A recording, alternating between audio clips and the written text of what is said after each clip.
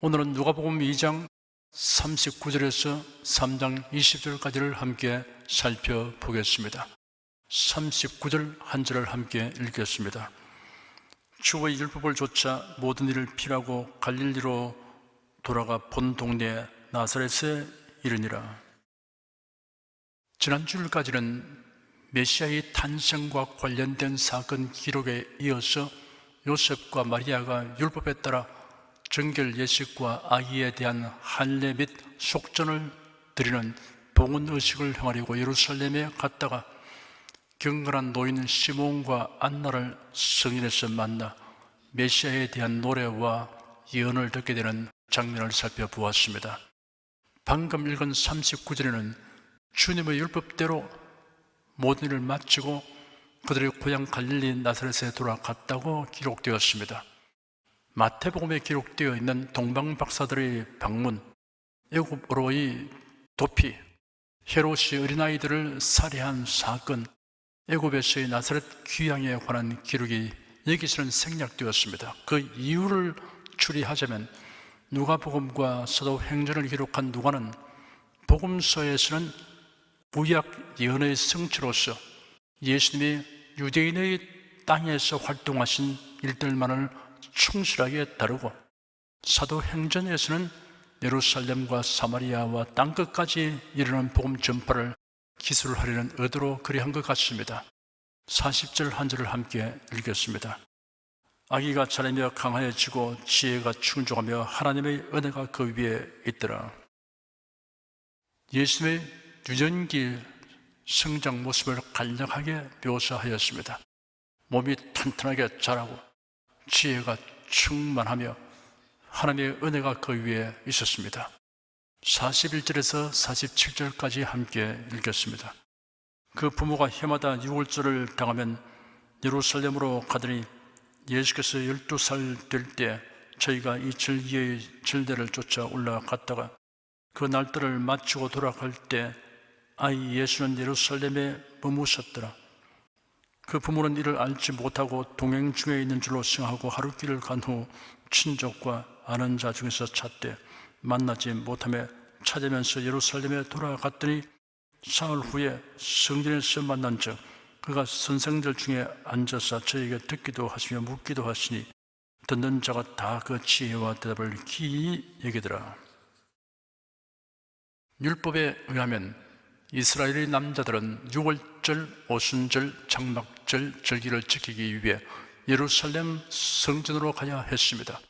그런데 유명한 랍비 힐렐이 여자들도 유월절 예식에 참여하도록 가르쳤고 그로부터 여자들도 예루살렘에 올라갔습니다. 어린이는 엄격하게 교육하였습니다. 6살이 되면 쇠마나 시편 중에 중요한 구절을 암송하도록 하였습니다. 쇠마는 원래 신명기 6장 4절만을 가리켰으나 점차 6장 5절에서 9절까지 포함하게 되었고 나아가서 신명기 11장 13절에서 21절까지와 민수기 15장 37절에서 41절까지 포함하게 되었습니다.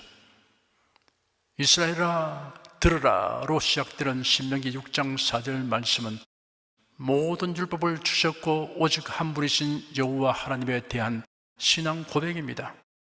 10살부터는 율법의 해석인 미시나를 배우고 13세가 되면 율법의 아들이 되어 회당의 회원이 될 수 있었습니다. 미시나는 공부를 의미하며 반복하다, 연구하다, 가르치다 라는 뜻도 있습니다. 미시나는 구전된 유대인들의 율법을 문서화한 것들입니다. 유대 소년들은 13세가 되기 1, 2년 전에 예루살렘 성전에 미리 올라가서 율법의 아들이 되었을 때 취해야 하는 행동을 배웠습니다. 예수는 12살 될 때 요셉과 마리아를 따라 유월절 절기에 참석하였습니다. 유월절 절기 행사는 7일간 있었습니다. 멀리서 온 사람들이 7일간 머물기가 어려운 고로 하루나 이틀 정도 참여하였습니다. 요셉과 마리아는 절기 마지막 날까지 참여하였습니다. 경건한 열심이 대단했던 것입니다. 아이 예수라고 번역되었으나 여기서 사용된 아이라는 낱말은 소년을 의미합니다. 대체로 6월절 행사에는 고향 사람들이 무리를 지어 행동했습니다. 이때 아이와 여자들은 앞에, 남자들은 뒤에서 이동했습니다. 요셉과 마리아는 아이가 당연히 그들이 합류한 사람들 중에 있을 것이라고 생각했던 것입니다. 하룻길을 갔을 때 비로소 아이가 동행하고 있지 않다는 것을 알게 되어 수소문하면서 다시 예루살렘으로 돌아갔습니다. 그리고 예루살렘에서 떠난 날부터 사흘째 되던 날 성전 구내에서 아이를 발견하였습니다.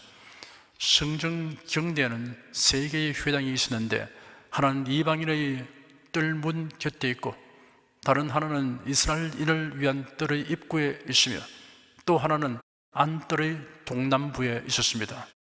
유대인의 율법을 가르치는 선생인 랍비들은 대체로 안뜰의 동남부에 있는 회당에서 율법을 강론하였다고 합니다.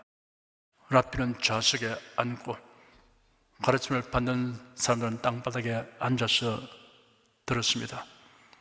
문답을 통해 교육하는 방법이 흔히 사용되었습니다. 이는 효과적인 교수 방법입니다. 토론이 전개되기도 합니다. 어린 예수님이 랍비들에게 질문하고 대답하는 수준이 탁월하였습니다. 거기 있는 모든 사람들은 그 아이가 하는 말과 총명에 감탄하고 매우 놀랐습니다. 48절에서 50절까지 함께 읽겠습니다. 그 부모가 보고 놀라며 그 모친은 가로되 아이야 어찌하여 우리에게 이렇게 하였느냐 보라 네 아버지와 내가 근심하여 너를 찾았노라.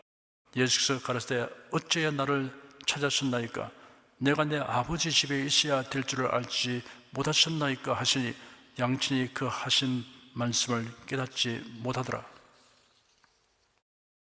아이가 랍비들과 토론하는 그 현장을 본 요셉과 마리아 역시 충격을 받았습니다. 마리아가 얘야 왜 우리에게 이렇게 하였느냐 보아라 네 아버지와 내가 근심하며 너를 찾았다 하였습니다. 예수께서 그들에게 왜 나를 찾았습니까? 내가 내 아버지의 집에 있어야 한다는 것을 모르셨습니까? 라고 대답하였습니다. 여기서 내 아버지란 아버지 하나님을 가리키는 말입니다.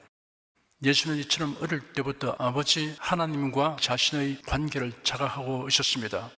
하지만 요셉과 마리아는 가브리엘 천사를 통하여 엘리사벳과 목자들과 동방 박사들 그리고 시몬과 안나를 통하여 그들이 양육하는 아이가 메시아이심을 알았지만 한편으로는 그 사실을 온전히 인식하기에는 어느 정도 한계가 있었던 것입니다.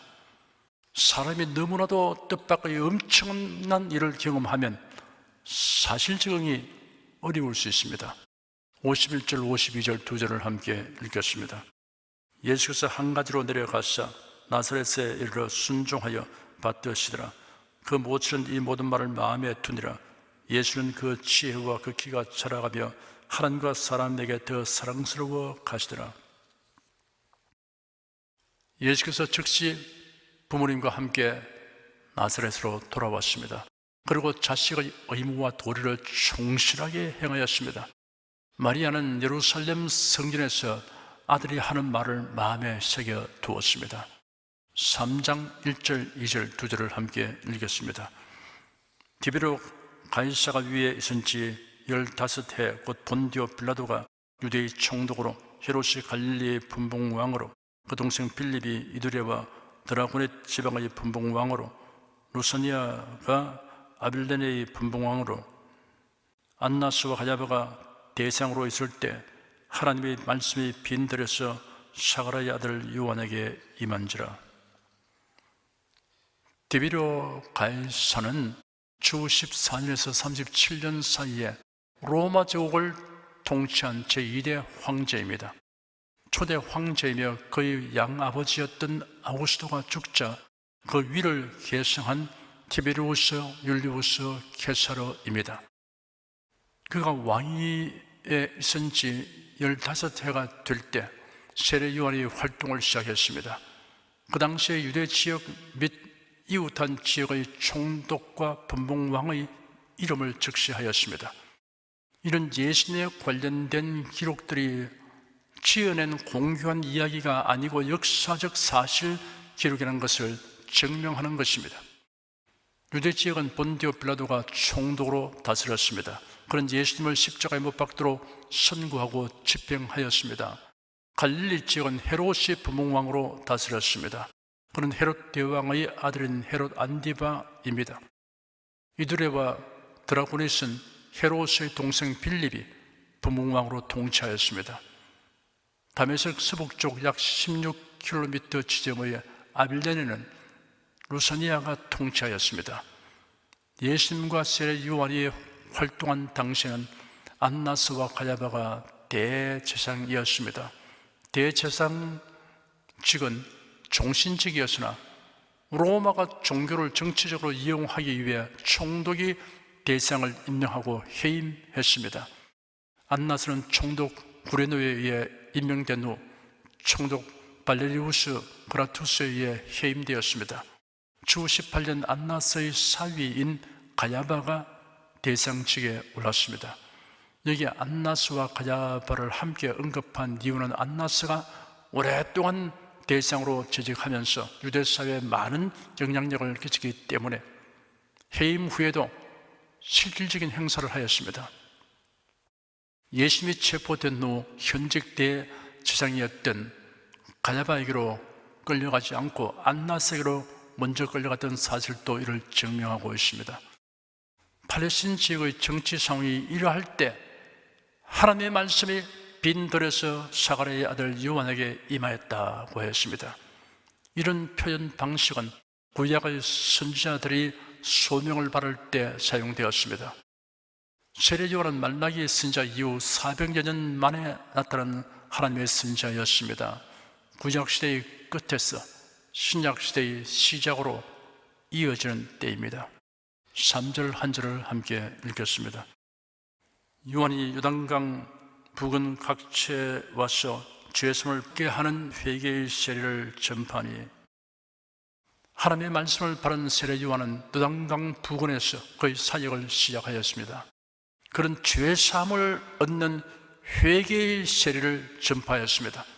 세례 요한의 외침을 듣고 회개하는 자들에게 세례를 베품으로써 장차 오실 메시아를 영접하기 위해 준비시켰던 것입니다. 구원에 관련하여 매우 중요한 용어로서 회개라는 용어를 빼놓을 수 없습니다. 죄 사함, 구원, 영생, 천국은 모두 회개와 관련되어 있습니다. 그러므로 회개에 관한 성경적 의미를 정확하게 알아야 합니다. 구원에 관련되는 회개의 개념은 사전적인 것으로는 충분하지 않습니다. 국어 사전에서는 이전의 잘못을 뉘우치고 고침이라고 했습니다. 구원에 이르는 회개를 하려면 먼저 자신은 하나님께 죄를 범한 죄인이므로 하나님의 진노 아래에 있으며 심판받아 지옥 형벌에 처하게 된다는 실상을 확실하게 깨달아야 합니다. 그리고 저희들의 죄를 대속하신 구세주 예수님을 믿어야 합니다. 자신의 구주로 영접해야 합니다. 참된 회개를 하면 죄사함을 받고 성령에 의하여 새 생명을 받아 하나님의 자녀로 거듭나게 됩니다. 그리고 삶의 태도가 변화됩니다. 모든 일을 하나님의 영광을 위하여 하고 주님을 기쁘시게 하려는 소원이 생깁니다. 이러한 소원에 어긋나는 행동을 하고 나면 마음이 편하지 않습니다. 뉘우치게 됩니다. 만일 하나님의 영광과 주님을 기쁘시게 하는 것에 처적되는 행위를 하고도 전혀 거리낌이 없고 뉘우치지 않는다면 하나님의 자녀로 거듭난 자가 아닙니다.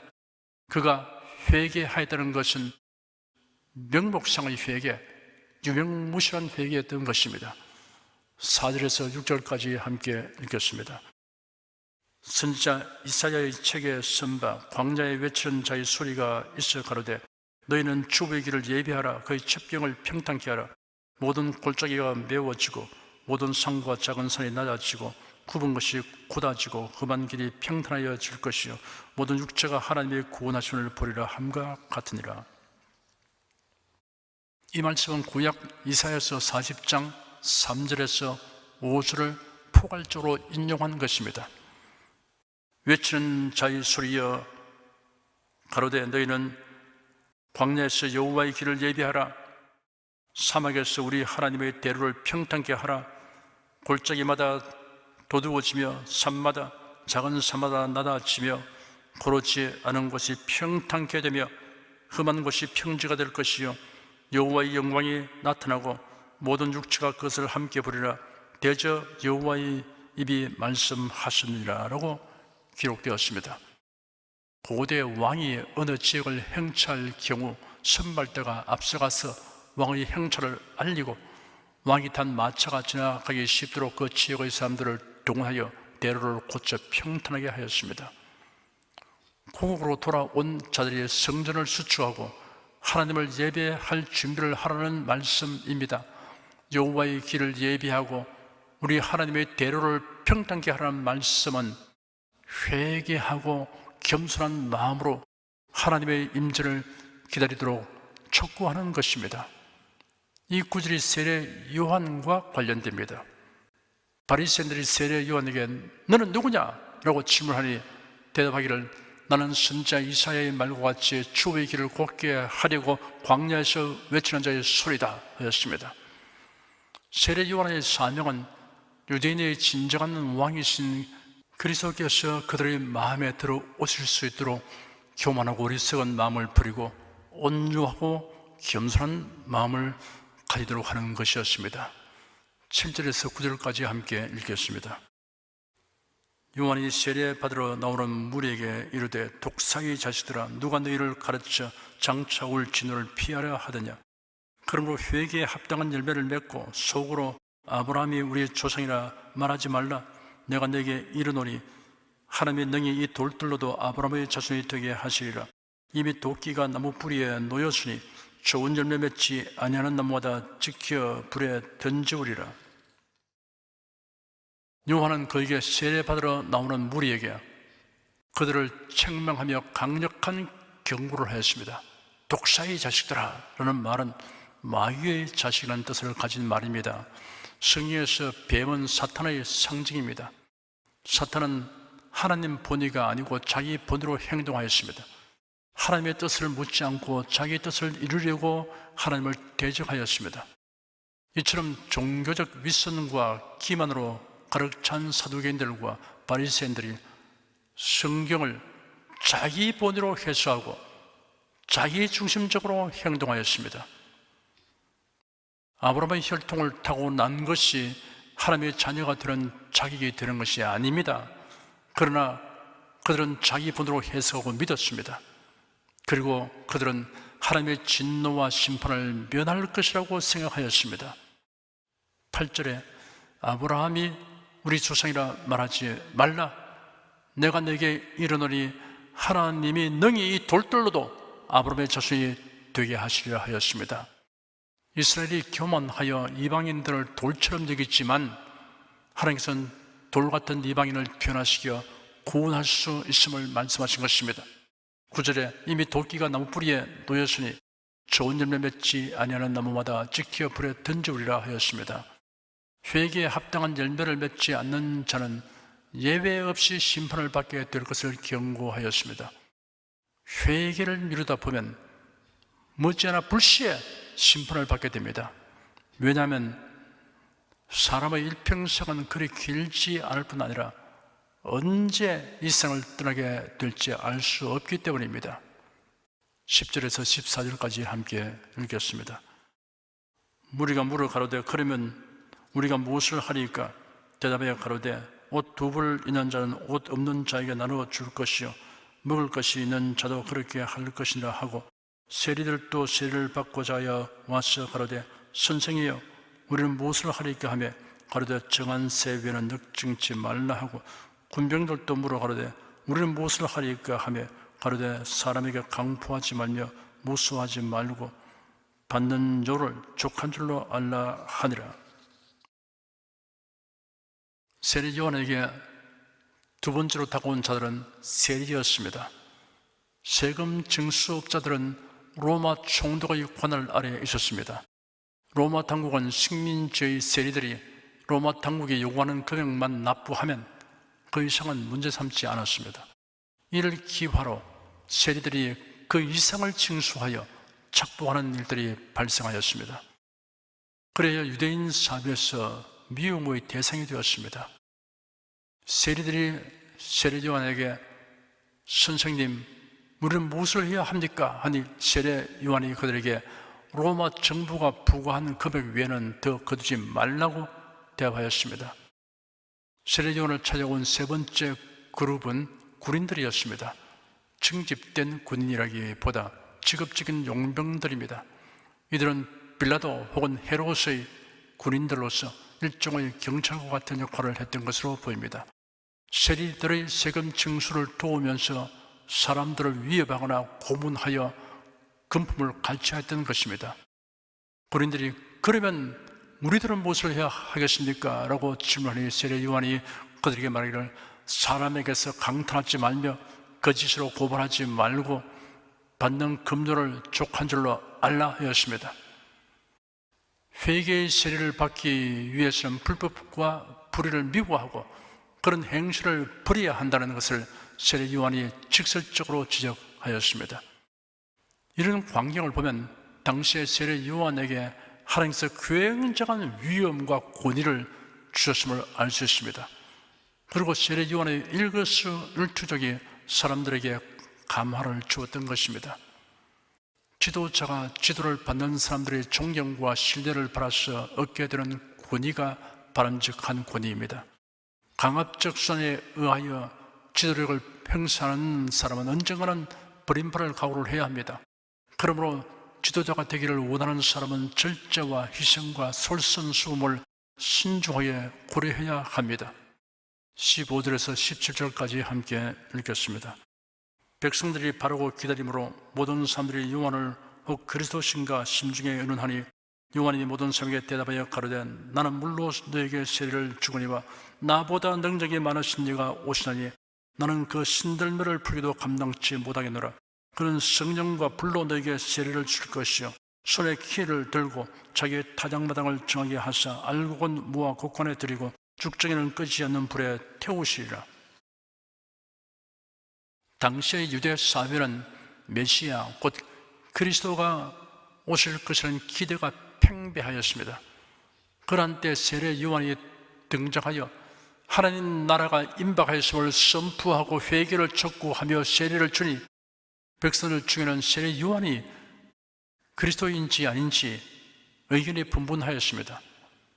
세례 요한이 백성들로부터 이러한 질문을 받고 그리스도와 자신을 비교하기를 자신은 그리스도의 신발끈을 풀기도 감당치 못한다고 말했습니다.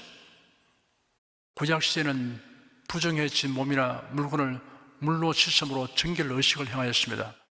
그러한 의미에서 세례 요한의 세례 의식은 죄 씻음에 대한 상징과 예표의 성격을 지닌 것이었습니다.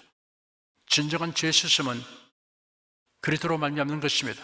예수 그리스도의 대속의 은혜를 받고 성령으로 거듭나야 하는 것입니다. 그러므로 세례 요한은 그리스도가 오실 것이고 그리스도는 성령으로 세례를 주는 분이시고 또한 최후의 심판을 하실 분이라고 분명하게 밝혔습니다. 교회가 행하는 물세례 의식은 죄를 씻는 의식이 아닙니다.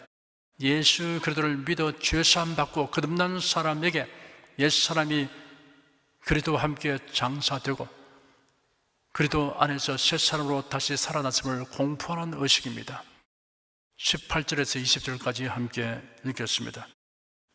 또 기타 여러 가지로 구원하여 백성에게 좋은 소식을 전하였으나 분봉왕 헤롯은 그 동생의 아내 헤로디아의 일과 또 그의 행한 모든 악한 일을 위하여 요한에게 책망을 받고 이 위에 한 가지 악을 더하여 요한을 오게 가두니라. 세례 요한은 그리스도의 오심과 구원 사역에 대하여 여러 가지로 알렸습니다. 이 소식이 복음입니다. 좋은 소식입니다. 사람이 전하는 소식 중에 가장 좋은 소식은 예수 그리스도를 전하는 소식입니다. 이 복음을 전하는 일을 중심으로 하여 만사를 행하는 사람이 참으로 잘 사는 사람입니다. 갈릴리와 베레아 지역을 통치한 헤롯 안디바가 세례 요한을 옥에 가두었습니다. 헤롯 안디바가 그의 아내와 이혼하고 자기 동생의 아내를 빼앗아 결혼한 것을 세례 요한이 책망한 연고였습니다. 멸망받을 사람은 결코 회개하지 않습니다. 악에 악을 더하다가 결국 멸망에 처하게 됩니다. 그로 회개할 기회를 주신 하나님의 자비를 무시하고 멸시하는 행위보다 더 미련한 행위는 없습니다. 아무리 큰 죄라도 예수 그리스도께서 담당하지 못할 죄는 없습니다.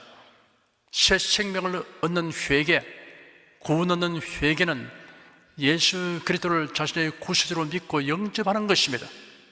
그러나 그리스도인이 되어서도 육신을 가지고 사는 동안에는 옛사람의 본성이 발동하여 하나님의 말씀에 어긋나는 행위를 하는 경우가 생길 수 있습니다. 그럴 때 좌절하여 믿음의 길에서 물러설 것이 아니라 속히 뉘우치고 돌이켜야 합니다. 사람은 다른 사람의 잘못을 용서할 수 없는 경우가 있을지라도 하나님은 사람이 죽음에 이르기 전에는 뉘우치고 돌이키면 긍휼을 베푸시고 용서하여 주십니다. 얼마나 큰 사랑이며 큰 은혜인지 다 청량할 수 없습니다. 그러므로 뉘우치고 돌이킨 후에는 하나님을 기쁘시게 하는 일에 적극적으로 힘써야 합니다. 그래야 하면 유혹의 욕심을 따라 썩어져가는 구습을 쫓는 옛사람의 영향력에서 벗어나서 거룩하고 경건한 삶으로 전진하게 됩니다. 기도하겠습니다. 유대인들, 특히 종교 지도자들은 메시아가 언제 어떻게 세상에 오실 것인가를 알 수 있는 예언서를 읽으면서도 메시아를 맞이할 준비가 전혀 되지 아니한 이유가 선입 주관과 자기 본대로 성경을 해석하기 때문이었음을 보면서 우리가 교훈을 얻게 되었습니다. 오늘날 종말의 시대에 살고 있는 우리들 역시 저들의 전철을 답습하지 않도록 경계를 삼게 하여 주니 감사합니다. 항상 온중하고 겸손한 마음으로 하나님의 말씀을 읽고 묵상하도록 성령께서 우리를 붙드시고 인도하여 주시옵소서. 예수 그리스도 이름으로 기도드립니다. 아멘. 찬송가 208장을 부르십시다.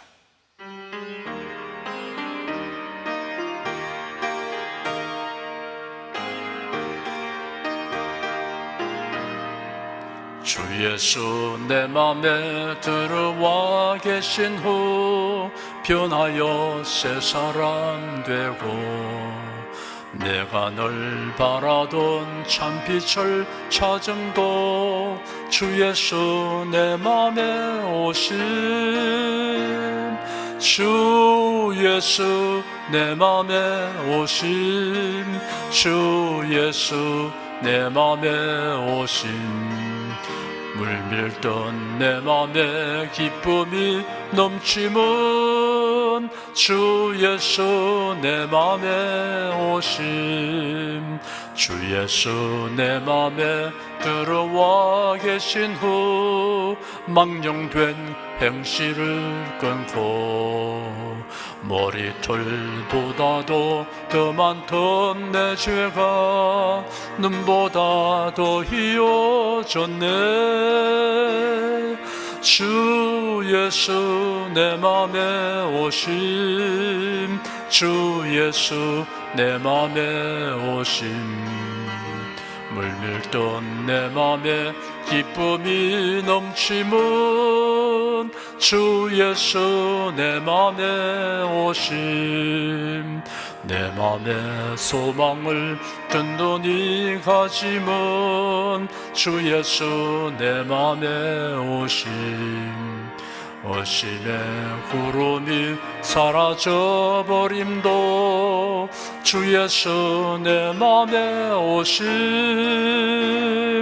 주 예수 내 맘에 오심 주 예수 내 맘에 오심 물밀던 내 맘에 기쁨이 넘치면 주 예수 내 맘에 오심. 사망의 음침한 골짜기 가다가 밝은 빛 호련히 보고 저 멀리 하늘문 환하게 보임도 주 예수 내 맘에 오심. 주 예수 내 맘에 오심. 주 예수 내 맘에 오심. 물밀던 내 맘에 기쁨이 넘치면 주 예수 내 맘에 오심. 나 이제 천성에 올라가 살기는 주 예수 내 맘에 오심. 천성을 향하여 내가 곧 가리니 그 기쁨 비길 데 없네. 주 예수 내 맘에 오심. 주 예수 내 맘에 오심.